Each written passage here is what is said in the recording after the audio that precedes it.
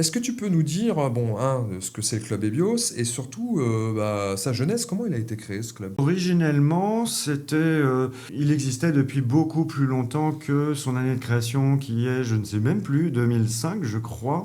Des gens se réunissaient informellement, des usagers de la méthode, mais on n'avait pas de structure formelle.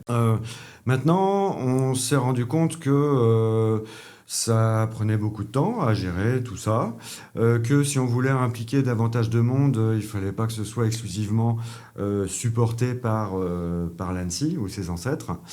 Et puis, il fallait que, quels que soient les courants, l'investissement de l'agence, l'écosystème des usagers aux personnes intéressées par EBIOS survivent quoi qu'il arrive. On veut dire, ouais, quoi Je qu'il arrive, je crois, sais on a eu de très raison.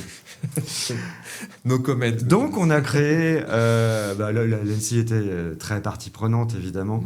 Mmh. Le club EBIOS, avec des gens du public, du privé, dans un premier board du club EBIOS. Mais une des vocations vraiment au développement de ce club, c'était de réunir des gens, non pas pour se congratuler entre nous, mais pour harmoniser la compréhension des concepts de la méthode, pour Mmh. partager.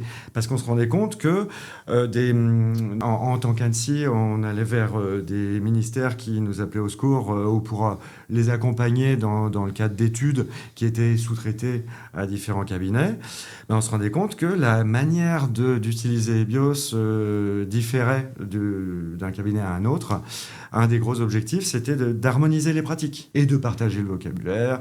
Et la communauté, en fait, elle nous a permis donc deux choses: d'harmoniser vraiment les pratiques et puis de faire reposer la responsabilité de la gestion de cet écosystème, non pas uniquement sur l'ANSSI, mais sur les pairs et les personnes compétentes dans le public et dans le privé.